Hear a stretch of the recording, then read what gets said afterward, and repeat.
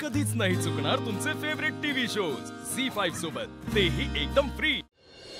मला जरा तुमच्याशी बोलायचं होतं बरं का। काय ना अर्जुन, बोल की।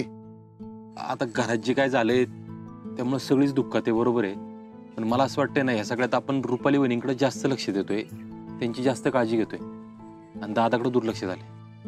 का रे, असं का वाटतंय तुला? अहो सरकार दादाला बघितलं का तुम्ही, एकटा बसलेला असतो, गप गप असतो, कॉलेजला जायना काय व्हायना, नीट जेवाना। अरे काल बापू आले होते ना तेव्हा त्यांच्याशी पण फार नाही बोलला। हा म्हणजे बोलला तो, पण वहिनींबद्दल बोलला, स्वतःबद्दल एक अक्षर काढलं नाही तोंडातनी। अनार दादा मागळीन असं इकडे बसतो एकटाच गप गप। तेच तर, काहीतरी केलं पाहिजे बरं का सरकार।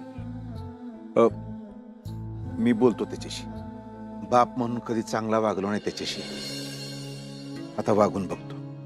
सरकार खरं तर तेवढ्यांनी नाही काय होणार, म्हणजे काल दादा म्हणत होता की आमचं बाळ गेलंय हे मनापासून स्वीकारू कसं, म्हणजे एखादा माणूस गेला तर आपण त्याला दहन करतो, त्याला अग्नी देतो, तेव्हा मनाला कळतं, पण हे बरोबर आहे अर्जा त्याच।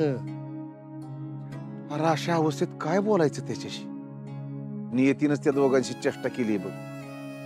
अरे किती वर्ष झालं दोघ जण प्रयत्न करते, आता कुठं चार आनंदाचे क्षण त्यांच्या वाट्याला येत आहेत तर ही होऊन बसले बघ। हा ना, आणि ज्या दिवशी त्याच्या हातात त्याच्या बाळाचा पहिला फोटो पडावा त्याच दिवशी असं घडावं, आणि मग असं घडल्यावर काय कसं समजावणार त्याला? पण समजावलं तर पाहिजे ना कदम। हे बघा दादाला पण असं एकटं नाही पडून दिलं पाहिजे, नाही तर तो अजून खचल बरं का। नाही नाही, लय सोचलंय माझ्या पोरानं, आता आणखी नाही, मी खचू देणार नाही त्याला। आता काय करायला लागेल ते करू आपण, पण त्याला खचू द्यायचा नाही। सरकार ह्याबद्दल मी जरा विचार केला एक। काय रे अर्जा? हे बघा मला काय वाटतंय, आपण दोघं चौघं मिळून येणार,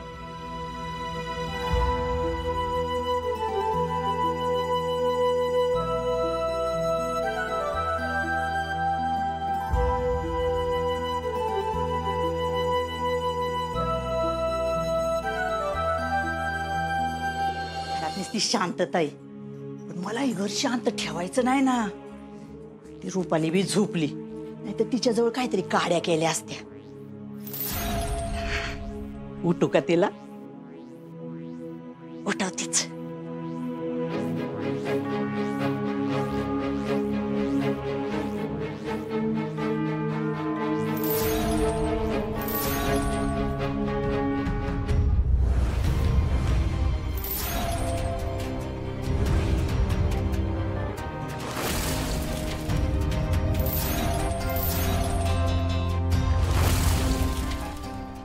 रुपाली ताईंना जाग यावी म्हणून करत होतात नाही सगळं। ए आप्पी, तू तुझ्या मनाचं काय बी मनोर रचू नकोस। हा मावशी, मी तुम्हाला आज ओळखत नाहीये, तुम्ही का वागताय असं? असं म्हणजे? असं म्हणजे हे असं, एकतर आमच्या घरात ठाण मांडून बसलात, निघायचं नाव घेत नाही आहात, घरात बसून रोज भांडणं लावताय। आतापर्यंत तुम्ही तुमच्या घरी निघून गेला असतात, नीट राहिला असतात, संकल्पाचं दुसरं लग्न लावून दिलं असतं, पण तू माती खाल्लीस आप्पे। तू माझ्या पोराला भर मांडवातून सोडून गेलीस। मी का पळून गेले हे माहिती आहे ना आप्पे? लाज तर अर्जुन बी घेत होता ग, राजरोस, आणि ते बी तुला गंडून। अगं निदान माझ्या बंट्यानी सगळं खरं खरं तरी सांगितलं होतं। मग सांग ना, कोण वाईट आहे, तुझा अर्जा का माझा बंट्या? मावशी, अर्जुन पूर्णपणे बदललाय, आणि तुमचा बंटी कधी बदलेल असं मला अजिबात वाटत नाही। लाज वाटते का तुला जरा हे बोलायला? तुझ्यासारखी पोरगी अख्ख्या दुनियात कुठं पाहिली नाही मी। या बदल्याच्या आगीतनं तुम्ही जळून खाक होताय आणि समोरच्यालाही जाळून खाक करताय। जळू दे की जळू दे, पण एवढा टोकाचा द्वेष का? ऐकायचं का तुला? आप्पे, अगं तू लहानपणापासून ना लय राणीगत जगलीस बघ का, तर तुला बाप तसा मिळाला, सतत तुझ्या पाठीशी उभा राहणारा, आणि तुला नवरा असा मिळाला की तुझी स्वप्न स्वतःची स्वप्न बनवणारा। पण माझ्या बाबतीत असं काही झालंच नाही ना। म्हणजे मी कधीच कुणालाच नको होती बघ। माझ्या आईबापाला पोरगा पाहिजे होता, आणि मी झाली पोरगी, मग झाला माझा राग राग चालू, नंतर माझं लगीन केलं, आणि नवरा तर असा मिळाला काय सांगू तुला, त्यांनी आयुष्यात फक्त माझे हाल केले हाल। अगं त्याची ऐपतच नव्हती काय करायची, म्हणून तो आला की मला त्रास द्यायचा. आता अजून एक महत्वाची गोष्ट सांगते तुला, ऐक. ते सरकार बघायला आले होते मला.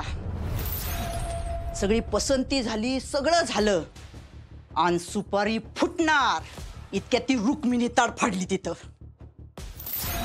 सरकारांनी तिला बघितली, पसंत केली. मग आणि तवापासून माझी 7.5 चालू झाली. नाहीतर आप्पे तवाच ह्या घरची मालकीन झाली असते मी. मावशी तुम्हाला एवढा त्रास झालाय, पण तरी तुम्ही आम्हाला काय एवढा त्रास देताय? कारण तू अशी वागलीस आप्पे. माझ्या आयुष्यात मला काय काय जे मिळालं नाही ना, ते मी माझ्या बंट्याला सगळं दिलं. त्याला शिकवला, त्याला सरकारी नोकरीला लावला. पण तू जेव्हा लग्नातून पळून गेली ना, ते त्याला सहन नाही झालं. आणि माझा बंट्या माझा राहिलाच नाही, तो पारातून हलून गेला. तुला सांगते आप्पे, माझा बंट्या पहिला हसायचा ना, मला लय भारी वाटायचं, लय गोड वाटायचं. पण आता तो हसायला लागला ना, मला तो विचित्रासारखा वाटतो. माझ्या पोराचं हसणं मला विचित्र वाटायला लागलंय, आणि ते फक्त तुझ्यामुळं. माझ्या सुखात त्या रुक्मिणीनं आणि तू सगळा बिबा पेरलेला आहे, आणि त्याच्यामुळं मी तुम्हाला कुणाला सोडणार नाही. मावशी, आमचं चुकलं, आम्हाला माफ करा. मी हात जोडून तुमची माफी. हे असले हातबीत जोडू नकोस. हा, मी कुणाला सोडणार नाहीये. मावशी, खरंच शांततेत पुन्हा एकदा विचार करा.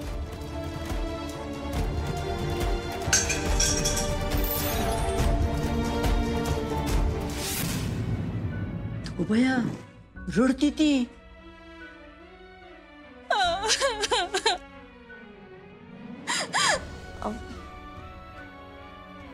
मावशी, हे बघा, तुम्हाला आमच्याबद्दल काय वाटतंय, तुम्हाला राग येत, सगळं मान्य आहे, पण आत्ता तुम्ही ताईंना सांभाळा ना प्लीज. का तुझा की मी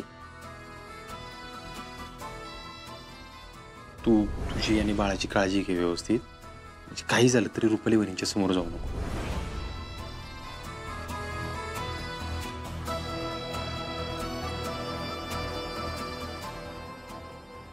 मावशी, मला नाही ना जाता येणार. मला त्यांनी असं बघितलं ना तर मग अजून त्यांना. नाही नाही, रुपाली चांगली पोरगी. हा मावशी, मलाही माहिती आहे, म्हणून म्हणते तुम्ही सांभाळा ना प्लीज. ते रडतात, मला नाही सहन होते ते. ठीक आहे, जाते मी. थांब तू, काय उपयोग नाही तुमचा.